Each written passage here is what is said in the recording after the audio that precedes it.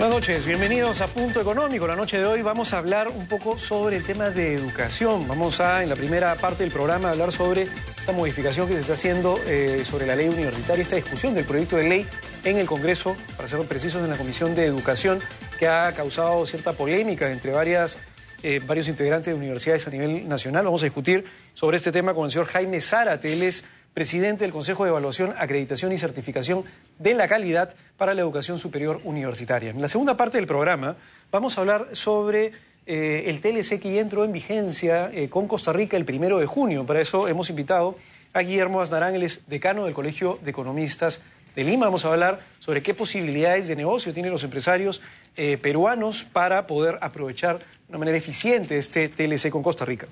En la última parte del programa vamos a hablar con Mario Zúñiga. Él es director de Contribuyentes por Respeto y profesor de Análisis Económico del Derecho en la Pontificia Universidad Católica del Perú.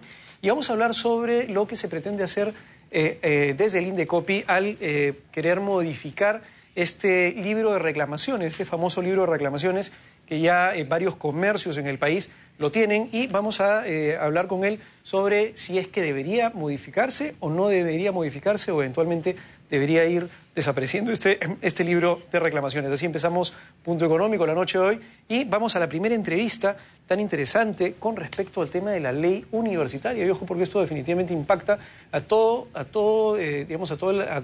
los alumnos que en los próximos años van a entrar y van a recibir esta educación superior universitaria. Buenas noches, bienvenido, señor Jaime Zárate. Coméntenos, hay una nueva ley de universidades que está en debate, el proyecto 2304, para aquellos que quieren buscarlo en la página web del Congreso. ¿Qué novedades está trayendo esa nueva ley? Es cierto, buenas noches, Luis. Me parece importante y fundamental que un tema económico, discutamos el tema de la educación, porque la educación está ligada evidentemente al desarrollo económico. De nada, no tiene sentido. Si en nuestro país tenemos un estándar de crecimiento económico y no fomentamos el tema educativo, yo creo que es fundamental. Creo que la experiencia de los países a nivel mundial es que va de la mano el tema educativo, por eso me parece fundamental el tocar el tema de la ley universitaria. Creemos que es una ley universitaria que necesita actualizarse. La ley fue dada en el año 83 por el extinto presidente Fernando Belaúnde Terry, por lo tanto ha pasado mucho tiempo, ha pasado muchos años, y es una ley que evidentemente debemos analizarla. Y qué bueno que este debate se haya iniciado, y que se haya iniciado a nivel nacional para comentar, digamos, sobre el tema de esta ley universitaria. Me parece que es fundamental que intervengan no solo los estamentos universitarios, sino toda la sociedad en su conjunto, para que tengamos realmente una ley con las características que todos deseamos. Me imagino que todos los padres de familia cuyos hijos van a entrar próximamente a la universidad, no ahora, sino en los próximos años, deberían estar interesados en saber qué es lo que va a modificarse dentro del esquema universitario. Y es fundamental además que a nivel nacional pongamos el tema educativo en agenda. Creo que eso es importantísimo si es que queremos ser una nación, digamos, que está en desarrollo tal como lo muestran los estándares económicos. Señor Zárate, ¿cuáles son las principales modificaciones o qué es lo que pretende hacer esta nueva ley universitaria? Esta nueva ley universitaria ha hecho una serie de análisis, ha habido varias reuniones, nosotros también hemos participado en estas reuniones, ha convocado a muchos miembros de la sociedad civil y pretende hacer una serie de modificaciones.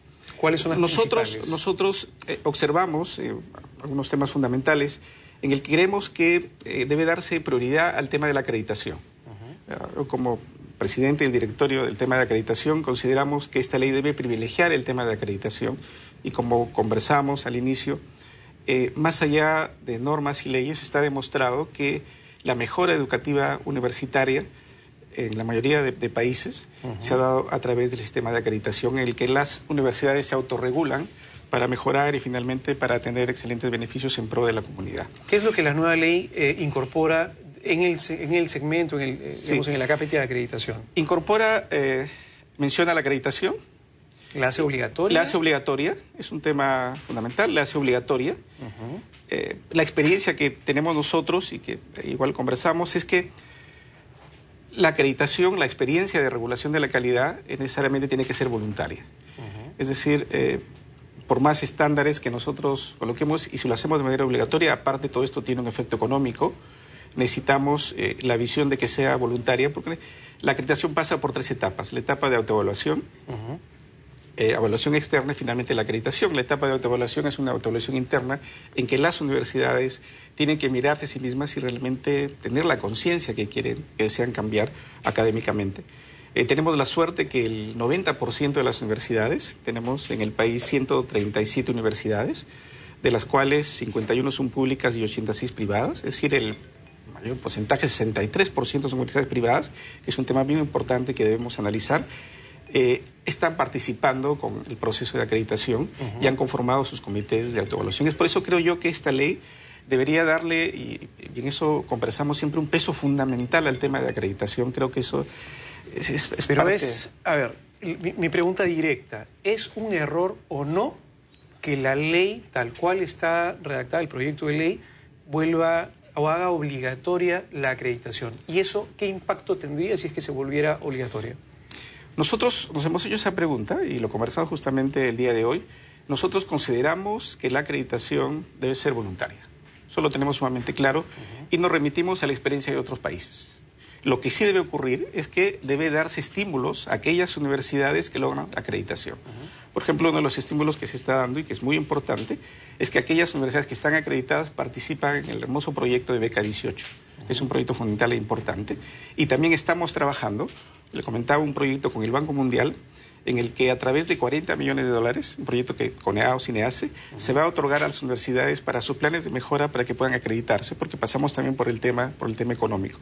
Entonces, pero la experiencia nos lleva, sería muy fácil decir, ok, es obligatoria y damos un plazo para que las universidades, digamos, de 3 o 5 años acrediten, pero creemos que es mucho mejor, basado en la experiencia internacional, y ya hay indicadores que lo demuestran eso, en que en la medida que es voluntaria y dando estímulos, vamos a conseguir mejor beneficio. A ver, ese es el primer tema que tenemos que discutir en esta ley. A ver, el tema para que la gente nos entienda cuando hablamos de acreditación. Estamos hablando de que las universidades finalmente se certifican o de alguna manera se les pone un sello de calidad en el cual la universidad dice, yo tengo lo mínimo indispensable para ser una universidad de calidad. Tengo laboratorios, investigo, digamos, los docentes producen libros, etcétera. Es decir, tengo una serie de salones de conferencia, etcétera.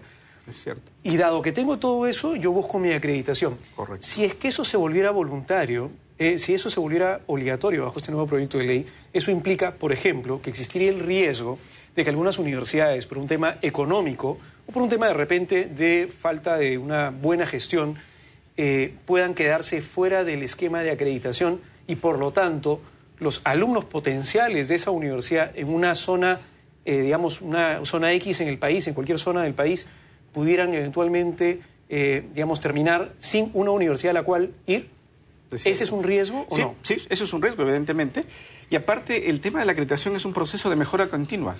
Es decir, no es que, digamos, se establece los parámetros, la universidad se acredita y, por lo tanto, ya está la universidad acreditada y tiene calidad. Es un proceso continuo en el cual los estándares y los parámetros, es decir, la acreditación es un proceso, no es un fin.